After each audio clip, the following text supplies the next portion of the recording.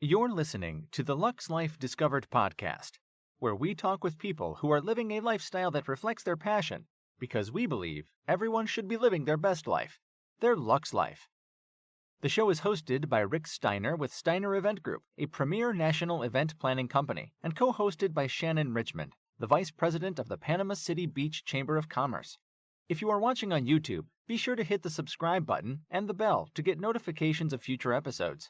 The show is produced by 30A Media and is broadcast on your favorite podcast outlets, as well as YouTube, Roku TV, Amazon Fire TVs, and other major brand smart TVs.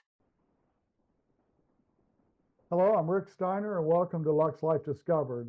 My guests today are Keith and Shannon Thorne of Soldier Creek Vineyard. So welcome to the podcast, guys. Thanks for having us. It is going to be a fun podcast. I've looked forward to this ever since you guys said yes. So, because everybody needs to know about the two of you, because I'm going to be honest with you, when Debbie and I first met you guys, and y'all thought y'all were real reserved and real quiet, and man, I found out that's like as far from the truth as you can get. Y'all are always active with something. So before we talk about the vineyard, let's talk about some of your animals first. So, well, we grew up not having any livestock. We always had dogs and cats and things like that. But at some point along the way, Shanna and Jaden were surfing Facebook one night and saw that one of our neighbors had a free horse for giveaway. Yeah. And so we made a deal for the free horse and started making provisions to build a little shelter and fence in an area and prepare for the free horse. We had no place for the free horse to live. So these kind of grew from there. And she was taking riding lessons. Yes. So we thought the fit would be a free horse, riding lessons, build her a little shelter, and she'd be able to have her own horse. I think that's what all 10-year-old little girls want is a horse. Sure. And then Keith I have found the most talented craftsman that you could ever meet. I mean, there's nothing he can't do and doesn't do. So that's true. He builds everything for us. Yeah, the better for work. So I do it myself. And so after the free horse, we've always taken trips to Shaker Village in Lexington. We would go once or twice a year. They had a Scottish Highland cow, a bull. His name is McDuffie. We ended up getting our daughter a stuffed animal of McDuffie. We would talk to McDuffie. And they always had pigs and chickens and ducks. And we always enjoyed going, just walking around. It's just very peaceful.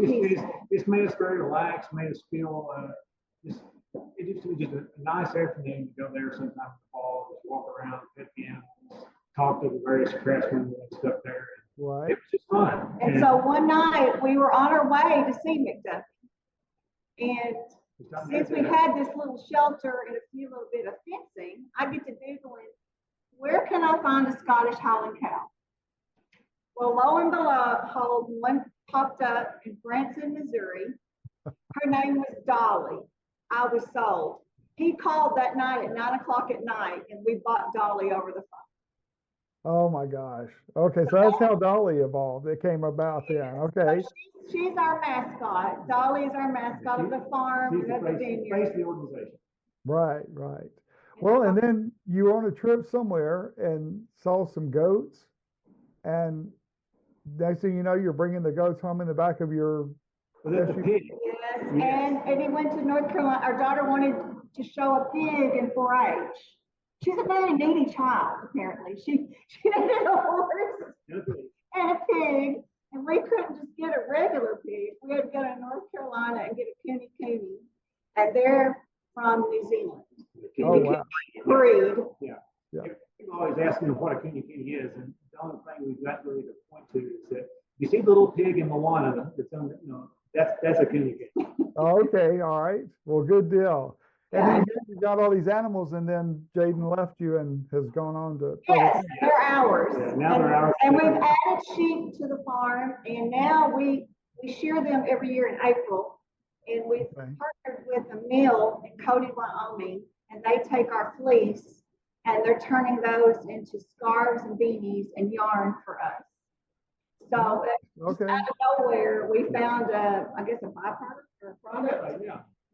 They, Another value we actually add. have an animal that's not just eating. Yeah. Making value-added products, yes. So how many shearings does it take for them to make a garment? We usually, since we only have 3 sheep, we take them 2 years worth of fleece. We take them 6 fleeces. Okay. And we get about 25 items back, plus yarn. Okay. More than I thought then. Yeah. Wow. Yeah, because they're blending it a little bit with the Wyoming sheep, the merino, and there's another one that they use because it's all about the fiber length. So by Okay, adding a longer fiber length to ours, it's like a 50-50 ratio. So Okay. yeah. Y'all have learned a lot, haven't you? We have. That's really kind of the draw of all of us. They're just finding new things to learn about. Yeah. Well, that is something. I think if I told Debbie we were going to go get a horse or a cow or anything, I think she would be like, "We're what? No." So then where did the idea for the vineyard, where did that come from? Because that's been a lot of a labor of love and investment and work, energy. So kind of talk about that a little bit too, because you didn't start with just like a few grapevines, plants. Really, the whole thing with farm here, it really didn't. It's not like we sat back one day and looked way out and looking in the future and said, that's what I want a vineyard someday, and I want all these animals. I want that's our goal. If we just progressively work straight toward that goal. I think Shannon said it best earlier today that it's been a long and winding road getting to this point. I think that's what everyone's life looks like when you look back. Right. There's not a straight path. You think you know what you want, but God knows better, and He takes you on a winding road, and it just all fits together like a big pieces of puzzles that led us here. The road kind of winds around, and we pick up little pieces of things that seem to fit along the way, and then by the time you get to the end, you've got a collection of seemingly unrelated things that seem to work together to do something you want to do. But the vineyard, the concept started like 2020. Yeah. My father had passed away in 2019. And so we're in the middle of COVID, shut down, and we're all just kind of stuck in our houses. And we started thinking about the future of the farm. What could we add to the farm? He had always had the farm and row crops. It was my grandparents' farm, went to my mom, and now it's ours. And what could we do to value add? And Keith was just sitting on the beach one day in Destin. We were sitting on the beach in Destin one day, under a umbrella, staring at the ocean. And I leaned over to her and popped the question about hey, what about a vineyard? What do you think about that? It's like, no, what? Why would we want a vineyard? And then we go on vacation.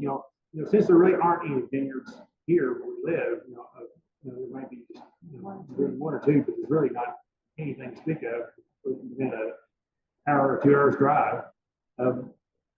When we travel, we like to go something visit. that we stop at. It's something we can do somewhere else we can't do at home. We don't do many amusement parks anymore. So, we like the experience of going to them. Taking the tours, behind the scenes tours. Yeah. Right.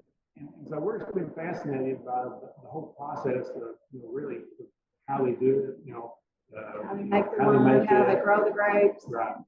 And it's just that's really when we entered into the idea of that was just really enjoying the process and learning about the process, and really we weren't really very knowledgeable about drinking wine or what wine is supposed to taste, what good wine is supposed to taste like, or we're not very sophisticated with that, but we are acquiring some better skills along the way. Or even how to keep a grapevine alive. Yes. We had no idea. Well, and how many grapevines did you start with to begin with?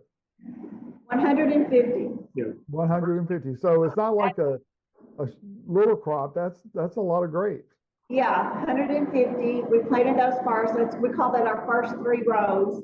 Uh-huh. And when they come in, just for your viewers to know, they look like a stick, like a dead stick.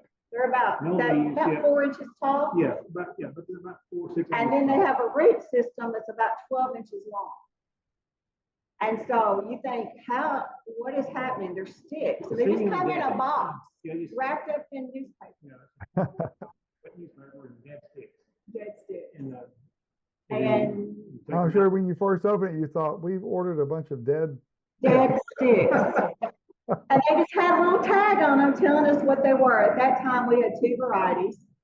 And he had to dig all the holes. We started out with my dad's old tractor, digging holes with the auger, with his post hole digger. Yeah, and we decided that there's got to be a better way. So, but we got those planted. And then the next year, we ordered 500. That's good. Wow.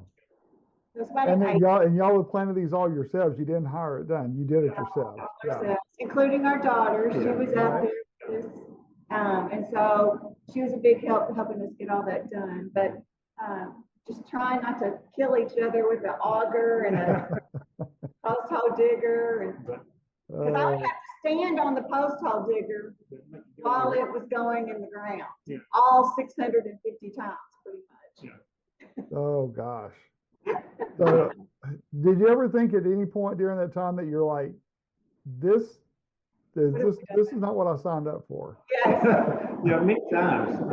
And so then it takes them about 2 years to get, we have a high wire system. We don't do the standard VSP. We went with the high wire, which is at 6 feet. We decided that we didn't want to be bending over picking grapes. We wanted the grapes at eye level. Right, smart. And so we did all high wire, which is non-traditional. But it takes a couple of years for the vine to get to the top. I'm the vine dresser. And so you'll take the vine and lay it down that second year to the left or to the right, whichever way I want to go. And then the next spring, it takes another whole year, it'll send out another shoot and I'll lay it down the opposite direction so that you end up with a wire. Okay, yeah. And then that's how it runs along the cord at the top and produces berries on both sides. So you're trying to keep them alive, you're trying to get them to the top, you're trying to get them trained. And then, of course, those first few years, you don't really know all the things that are going to try to kill it, and so you got these funguses and diseases that are trying to kill it. He's in charge of spraying it, and then you have the invasion of the Japanese beetles every July. Oh yeah. And now they're not too big a deal. But when you only have 3 leaves on a grapevine. Yeah, when your little sprout only has 5 leaves, and the beetles they got 3 of them. Yeah. It's a big deal. But now it's not so much. So we have 4 varieties now. We have the Catawba, which is an American grape like a Concord. It's a real pretty pink grape. We have the St. Vincent. It's a dark purple grape, and Missouri likes to claim the St. Vincent. And then we have a Villard Blanc, which is just a basic white grape. And then we have a Traminette, which Indiana likes to claim as their state grape. So a lot of the vineyards in Indiana, you'll find Traminette, but you really don't think anybody around here or in Kentucky has those. So we're a little different. We're doing different kinds of grapes and enjoying the variety that we have. So are you going to add more to the vineyard as far as grapes, varieties, or just focus on those for right now? We have room probably for another couple hundred. Yeah, it depends on what time of day you ask her. If you ask her in the morning when it's cool and pleasant out there, really enjoying it. Oh, why don't we plant 2 or more rows? We have room. But if you ask her in the afternoon when the sun's beating down and it's like 100 degrees, she says, no, good morning. She's not for it anymore, huh? I get that. Yeah. Well, of course, we came out for the wine tasting, which was so much fun. You had a good group of people there. It was really nice, and you've done a great job. So also, and what I liked about that too was hearing about Keith being the engineer and all the calculations and the beakers. But give your take, Shanna, on the tasting part and how he set that all up. Or if you want to talk about that. He has a big little chemistry lab set upstairs in our second kitchen, and it's all spread out everywhere. We have beakers everywhere, and little pH devices. He has to test for pH. He has to test for titratable acidity. So he's got this big tall thing that he squirts things into to test. I mean, it's just everywhere. And so when we're trying to decide what taste we like, we call it a bench test. And so he'll set up 5, 6, or 7 different little beakers of different levels of sweetness. And we just try them and smell them, and I don't know. And she'll land on that. I'll say number 2, and he'll say number 5, and then we have to negotiate. Kind of do a little mixture to get it where you both agree. Yeah. Well, from the tasting the other night, you guys did a great job on what you selected. That's for sure. Thank you. Thank you. So when you look at, of course, you just retired, like, was it a year ago, Shanna? Something like that? Or is it? 3. So I'm now able to spend more time doing this. Yeah. That was hard, but I couldn't. Right. Right. So that just means there's so much more you could accomplish now. You're like, right. Well, it's like flipping our barn. It was built in the 1970s. And so not only are we having grapes we're growing, we're trying to get this barn flipped, so that we can have people come visit us in the future once we get our license. Right, right. So, but yeah, tell them about our son. Our son. Oh yeah, our son. I like his favorite saying is that we're trying to we're building the airplane while we're flying it. It's what now? We're building the airplane while we're flying it. Oh, right, yeah. Yeah, so it's just so much to do all at one time, so that they end up at the same place at the same time. Sure. Having a bunch of wine and no place to sit isn't any good, or having a place to sit and no wine isn't. So we're having to, hopefully they intersect at the right time. I think that's what we managed. Well, the way you've done everything else and the way it's all intersected, I don't really see that being an issue. I think it'll work out fine for sure. Yeah. Good, yeah. So you've had people that have come and looked at your animals, your farm, and that's your winery, your vineyard also. So what's the overall plan? What do you see like 3 to 5 years from now? We've added one camping spot already. We have a camping spot. We've partnered with Harvest Host.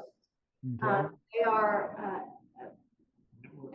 nationwide network, and apparently Paducah must be a major intersection, because we get people from California, Texas, Florida, Michigan. They all come right through Paducah, and we're having about 3 nights a week. People are staying here in the vineyard. Really? Okay. And so we have a 30 and a 50 amp hookup, and we provide the water hookup. And so when they're here, they get to tour the vineyard, and then they get to see all of our animals up close and personal if they want to. Yeah. And so I think that's really helped us in meeting other people from around the world, and it's slowly introducing them, to us. There's that aspect of it, and then, but as far as what we'd like to see this place turn into, ideally 3 to 5 years from now, we hope we'd be up and running with a winery, the tasting room, getting regular visitors coming in and enjoying being open maybe on the weekends. Yeah, on the weekends, and play like a 3-day a week kind of thing. I'd like to have a band every now and right on the then, weekends. that you can just come and sit and bring a lawn chair and listen to a band. I think that And you've got the perfect setup for that as well. Yeah, with all the area out in the front of your shop. And then Keith, I wanted you to talk about your shop, how the original building, and then what all you've done. And what I like about your farms too is not just what all you guys have done and the work, but also the history. And then Shannon, when you shared about the history of your farms, that was fascinating. I mean, that really was. And to have the records that go back to the 1800s, that's pretty cool. She's the 7th generation of her family to live on Social Security here. That's wild, yeah. Goes back to the original 1818, Jackson purchased, when they purchased this land from the Chickasaw Indians. My fourth great-grandfather purchased a land grant of 160 acres for $40. And so all this land around here was dealt out from the governor at 160-acre land grants. And so that's just fascinating to me, and that we love the name of Soldier Creek. We love being on Soldier Creek and my ties to Soldier Creek. Yeah. The little church that sits, our property goes around the oldest church in the Jackson Purchase called Soldier Creek Primitive Baptist Church. And they got their land in 1830 along with the land grants. All the land grants came out in 1830. And then the church got theirs direct from the Kentucky General Assembly of Kentucky. It didn't come from the governor. The General Assembly gave them 7 acres. But my fifth great-grandfather on the other side of my mom was the first pastor there. So there's long ties weaving both sides through my family to that church. And so they organized in 1820, which is what I find fascinating. So you've got the purchase in 1818, you've got the church starting in 1820, and by 1830, they had property on this creek. So we just want to celebrate Soldier Creek's history in the area, so that everybody likes to know where they come from, I think. And so it's fascinating to us. Yeah. And you can talk about this barn. Yeah, the barn was her father, Shanna's dad, and his brother built this like in the late 70s. And he just used it to house his tractors and some tools. Like a tractor shed. Yeah. In the fall, he would kind of reconfigure a little bit in here, and he put some things up he could hang his tobacco to air dry. And there was no walls, only a roof. It's just a roof and posts, around. Pole barn. With no sides. And so by the time 2020 rolls around, and we're thinking about what we're going to do, this vineyard concept, and we're going to need a building to do something in. We were going to bulldoze it. We were going to doze it down and maybe build something else. But we really didn't want to do that. We wanted, like I said, part of our whole thing that we enjoy is kind of the history, family, and our community, and all those things kind of roll together. It has value to us. It means something for us. And so we wanted to keep this building. Even though we probably spent as much money keeping this building as we would have spent if we built a brand new one. It has more meaning to us, and we really. So now we've gone in and put a new roof on it, and sides all around, and finished out on the inside with board, poplar board finish on the walls. I've done a great job with it. Yeah. Air conditioning. Air conditioning, yes. You have a bathroom now. You've got the kitchen. He would be very proud, I think to see it. A lot of times we imagine what her dad would, what he would do if he was here. I think he'd really prefer. Well, I think he'd appreciate the fact the beams and stuff in the post are original, right? Yes. The center part, yeah. So the fact that you kept that and was able to make it modern and still have that history like you're talking about, that's interesting. Yeah. And we also saved what we call a stripping barn. Keith actually helped my dad build that in 1992, a week before we got married. I was so thankful they didn't get into a fight the week before we got married. That was a good test. That's right. Yeah, I think the marriage is conditional upon completion of the building. I'm not sure. Dowry. It's probably the dowry.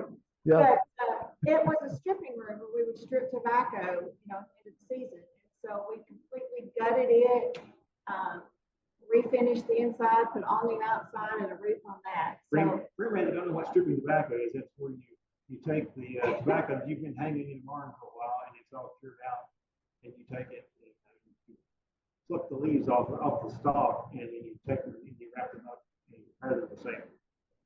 And so that's where our processing takes place. Our fermentation. I think I told y'all the best time for me fall in Kentucky is when they're firing the tobacco and the smell. That's a sign of fall for sure.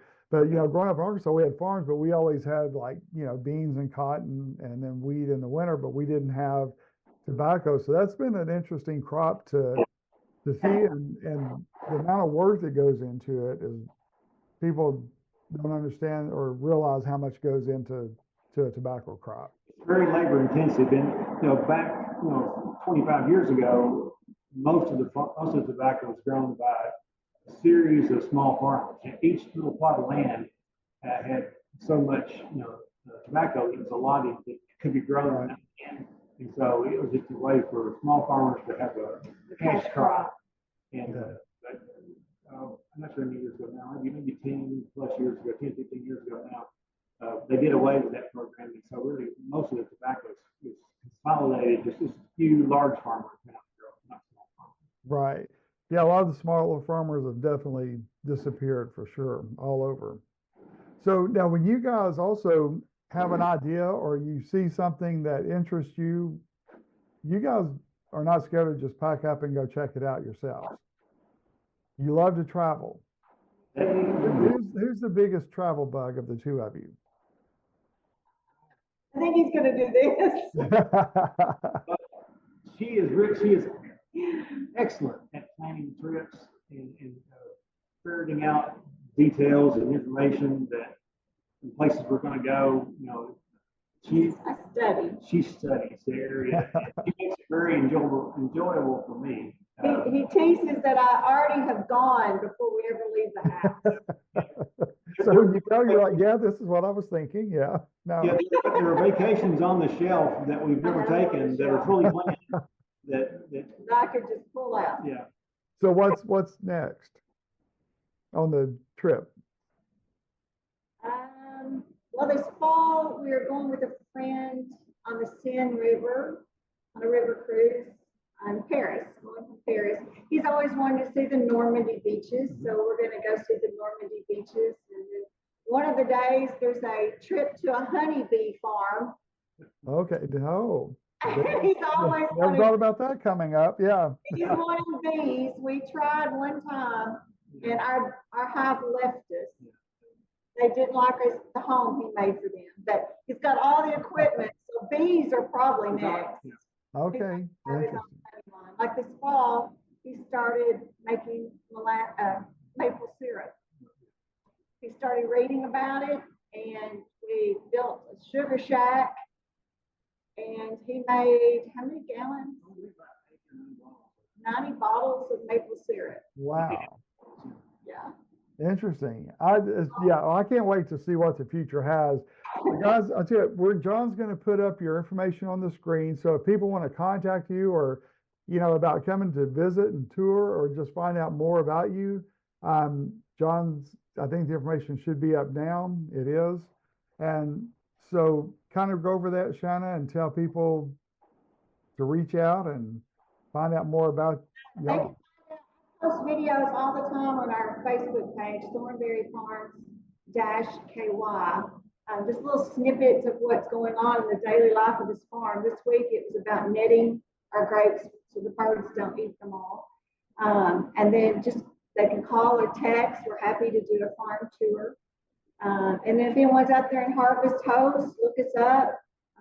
You'll find us at Soda Creek Vineyard and spend the night or two here with us. All right, great. Well, listen, guys, our time is up, but thank you so much for being with me today. I appreciate you doing this because I know your first podcast and you weren't sure about it, but hey, you did a great job.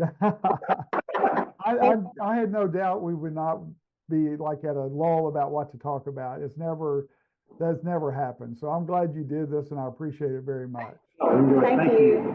All right, good deal. Well, that concludes our episode of Lux Life Discovered, and we will see you soon.